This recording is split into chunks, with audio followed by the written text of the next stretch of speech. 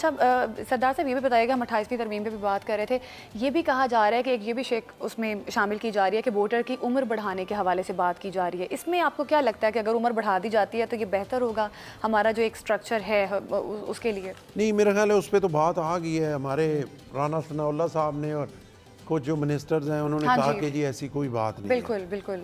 تو اگر ایسی بات نہیں ہے تو پھر اس پہ تو میرا خیال ہے ڈسکس کرنے کی ضرورت نہیں ہے. اور اگر اس طرح کا کوئی ہوتا تو اگر کوئی بڑے دماغ بیٹھ کے یہ سوچتے بھی کہ اس سے بہت ظاہر ہے ہر چیز ڈسکس ہوتی ہے کسی چیز کو بھی چینج کرنے کے لیے، لیکن اوورآل ایک میسج تو یہی جاتا کہ جی یوتھ کو ووٹ پول کرنے سے روکنے کے لیے جو ہے وہ 25 سال کی جا رہی ہے، چاہے اس میں پیچھے لاجک جو بھی ہوتا، لیکن اوورآل میسج یہ جانا تھا. تو میرے خیال میں یہ میسج تو کسی طرح اچھا نہیں ہے. بالکل. اچھا سردار صاحب یہ فرمائیے گا کہ جو اس وقت اتحادی جماعتیں ہیں، مسلم لیگ نون ہو، پیپلز پارٹی ہو، MQM ہو، وہ تو آپس میں صلاح مشورہ کر دیں گے. کیا اس حوالے سے اپوزیشن کی جماعتوں کو بھی اعتماد میں لیا جائے گا؟ ضرور لینا چاہیے جی کہ جی ملک کی ضرورت ہے. اور میرے خیال میں نا اپوزیشن جماعتوں کو بھی اپنی سیاست وہ کریں، ایشوز پہ بالکل سٹینڈ لیں، اپنی رائے کا اظہار کریں. لیکن میری رائے یہ ہے، جیسے میں نے پہلے آپ کو کہا نا، بہت سخت ضرورت ہے، یہ آوازیں اٹھتی بھی ہیں، چارٹر آف اکانومی کی بہت سخت ضرورت ہے. بہت ضرورت ہے. اور ساری پارٹیاں بیٹھیں، ہمت کرے گورنمنٹ، بٹھانا انہی کو پڑے گا. مشکلات ہوں گی لیکن دیکھیں ابھی پچھلے 3 مہینے سے ایران میں بھی تو لگے ہوئے ہیں نا. ہمارے وزیر داخلہ صاحب کبھی جاتے ہیں، فیلڈ مارشل صاحب جاتے ہیں، پرائم منسٹر کوشش کرتے ہیں، سارے لگے ہوئے ہیں کہ یہ معاملہ حل نہیں ہو رہا لیکن کوشش ہو رہی ہے. تو اگر پارٹیاں نہیں بیٹھتی تو حکومت کا یہ کام ہے کہ وہ اس میں ہمت کرے، اپنی محنت جاری رکھیں، ان کو ایک جگہ بٹھائیں اور کم از کم 30-35 سال کے لیے ایک چارٹر آف اکانومی کریں. کوئی پولیٹیکل پارٹی آ جائے حکومت میں، وہ جو چارٹر آف اکانومی ان کی پارٹی نے کی ہوگی اس پہ سختی سے سٹینڈ کریں. اور اس ملک کو اب جو ہے وہ معاشی طور پہ مضبوط کرنا بہت ضروری ہے. لیکن سر PTI کی اگر ہم بات کریں، دیکھیں آپ PTI کے وجود کو اس سے بالکل بھی انکار نہیں کر سکتے. آن گراؤنڈ PTI جو ہے ایک مقبول سیاسی جماعت ہے، لیکن انفارچونیٹلی وہ کسی بات پہ بیٹھنے کو تیار نہیں ہے. تو اگر ایک بڑی سیاسی جماعت چارٹر آف اکانومی پہ تیار ہی نہیں ہوگی، اس پہ بیٹھے گی نہیں، ساتھ شامل نہیں ہوگی، تو پھر اس کا کیا فائدہ؟ دیکھیں وہ پاپولر جماعت ہے اور بالکل اپوزیشن میں ہے اور ایک حقیقت ہے، لیکن یہ بالکل میں آپ سے ایگری کرتا ہوں کہ ان کی سیاست کی بنیاد ہی جو ہے وہ میں نہ مانوں پہ ہے. ہر جگہ وہ شروع سے لے کے بس کوئی بات ہے اس پہ انہوں نے وہ نہ بیٹھنا ہے نہ بات کرنی ہے اور انہوں نے دوسری سائڈ پہ کھڑا ہو جانا ہے.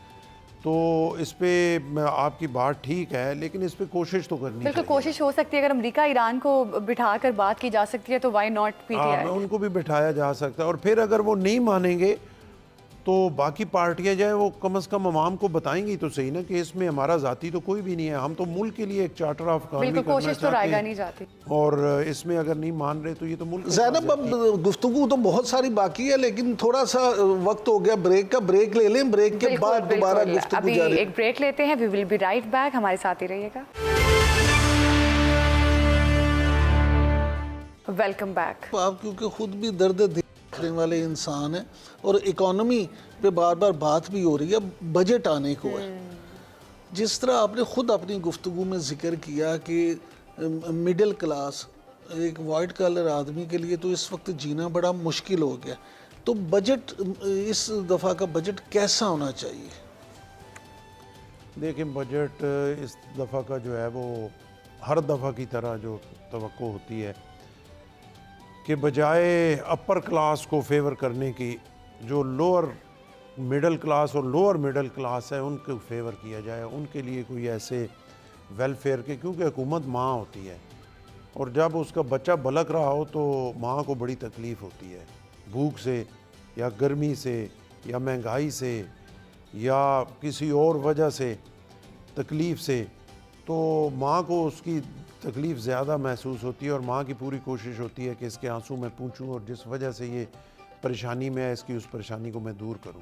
تو میں صرف اتنا ہی کہوں گا کہ حکومت اپنے آپ کو ماں سمجھ کے اور ان کو جو تکلیف میں ہے ان کے لیے کرے, کوئی فرق نہیں پڑتا. دیکھیں اب حکومت نے, سچی بات یہ ہے کہ ہماری حکومت ہے کہ 75% ٹیکس لوگ دے رہے ہیں بڑے کلاس کے لیے, 48% دے رہے ہیں, یہ بھی بہت بڑی زیادتی ہے, لیکن نیچے والے لوگوں کو اس میں سے کچھ بھی نہیں مل رہا. ان کے لیے کوئی ایسی ایک پروگرام ہے بے نظیر انکم سپورٹ پروگرام, جس کو ورلڈ بینک نے, IMF نے, پوری دنیا کے اداروں نے تسلیم کیا کہ اس کے ساتھ کا پروگرام ہے ہی نہیں, اور کوشش پوری کی جاتی ہے کہ اس کو ختم کیا جائے, اس کو ایسے کیا جائے, اس کو یہ بھی آپ ختم کر دیں گے تو وہ جو بے نظیر سپورٹ پروگرام میں سے بہت ساری ایسے ہمارے مائیں بہنیں بیٹیاں ہیں جن کو کچھ نہ کچھ تھوڑا گزارا جن کا ہو رہا ہے, وہ تو پھر اس سے بھی جائیں گی, لوگ تو خودکشیوں پہ مجبور ہو جائیں گے. بجائے اس پروگرام کو پروموٹ کرنے کے, اس کو ختم کرنے کی بات کی جاتی ہے, بجائے اس کے کہ کوئی اور ایسی پالیسیز بنائی جائیں جس میں middle class, lower middle class کو جو ہے وہ سپورٹ ملے. ہم جو ایک ہے اس کو بھی ختم کرنے کی بات کرتے ہیں. بالکل, اور بہت سارے خاندان اس سے مستفید ہو رہے ہیں, کیوں ختم کرنا چاہتے ہیں؟ اس کی وجہ دیکھیں نا, ہمیشہ یہ بات ایک اسی پہ ہو رہا ہے, اور پھر اس پہ جو ٹھپا آتا ہے پوری دنیا کا. پھر ہم دیکھتے ہیں آج تک دنیا کے بڑے بڑے اداروں نے کسی نے نہیں کہا کہ یہ بوجھ ہے, یہ غلط ہے, یا یہ فلانا ہے. سب نے اسے اپریشیٹ کیا اور ایک مثال ہے پوری دنیا کے لیے, لیکن ہم اس کوشش میں ہیں کہ اس کو ختم کریں. لیکن سردار صاحب, آپ middle class, lower middle class کی جب بات کرتے ہیں تو ورلڈ بینک اور IMF اگر یہ کہیں کہ یہاں پہ 4 کروڑ سے زیادہ لوگ غربت کی لکیر سے نیچے کی زندگی گزار رہے ہیں, یا جب یہاں پہ تقریباً 40% لوگوں کی جو آمدنی ہے ماہانہ وہ آپ دیکھیں کہ 13-14 ہزار روپے کے قریب بنے, تو 13-14 ہزار روپے میں تو ایک ہفتے کا گزارا نہیں ہوتا. تو کیا آپ نہیں سمجھتے کہ حکومت کو یہ بے نظیر انکم سپورٹ پروگرام یا اس جیسے پروگرام تو ضرور کرنے چاہیے, لیکن روزگار کا کوئی ایسا جو ہے انڈسٹری کو یہاں فروغ دیا جائے, ایگریکلچر کو فروغ دیا جائے کہ لوگ خود اپنا روزگار جو ہے وہ کمائیں. دیکھیں نا, بات یہ ہے کہ آپ کی اکانومی نہیں چلے گی, آپ کا بزنس نہیں چلے گا, روزگار کہاں سے آئے گا؟ آپ کی انڈسٹری نہیں چلے گی, آپ کی ایگریکلچر نہیں چلے گی, تو روزگار کہاں سے آئے گا؟ ان کو توجہ دینی چاہیے, پریورٹی پہ جو ہے ان چیزوں کو دیکھنا چاہیے. روزگار تو تب ہی آئے گا. میری ذاتی رائے ہے, میں کوئی اکانومسٹ نہیں ہوں اور مجھے اتنا تجربہ بھی نہیں ہے, شاید میں اس پہ غلط ہوں گا.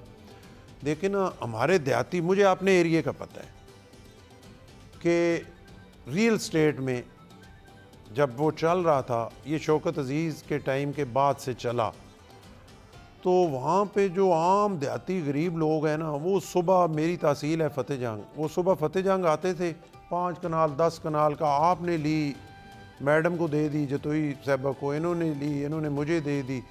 وہ ایک پیسہ جو ہے میری جیب سے آپ کے ان پہ حکومت کو ٹیکسز, ہر چیز مل رہی تھی اور اکانومی چل رہی تھی. شام کو وہاں پہ ہمارے جو دیہاتی لوگ ہیں, بہت چھوٹے چھوٹے ان پڑھ لوگ اور چھوٹے, وہ انہوں نے بھی 1.5 سال میں اپنی گاڑیاں لے لیں, چادر موڈے تک رکھی, ایتھے باہر رکھی AC کے بغیر, اور صبح آ گئے ادھر بیٹھ کے, ایک جگہ بیٹھے دوسری جگہ, 10 بندے آ گئے, 50 آ گئے, ہوٹل پہ کھانا کھایا, وہ چلا اکانومی. وہاں رات شام کو سودا لیا, فروٹ لیا, سبزی لی, گھر چلے گئے, 1,50,000 جیب میں ڈال کے ادھر چلے گئے. ایک چل رہی تھی, اچانک سے پتہ نہیں کیا ہوا, اس پہ اتنے ٹیکسز لگا دیے کہ یہ ریل اسٹیٹ کو تو بالکل ختم کرنا ہے. تو وہ ختم ہو گیا, حکومت کا ٹیکس بھی ختم ہو گیا, لوگوں کی جیبیں جو ہے وہ بھی بند ہو گئیں, اور ایک جو پیسہ موو کر رہا تھا, گھوم پھر رہا تھا, سب کو مستفید ہو رہے تھے, وہ بھی ختم ہو گیا. تو ہماری, میرے خیال میں تو ریل اسٹیٹ جو ہے وہ پاکستان کی سب سے بڑی انڈسٹری تھی, جس کو بالکل کریش کر دیا گیا ہے.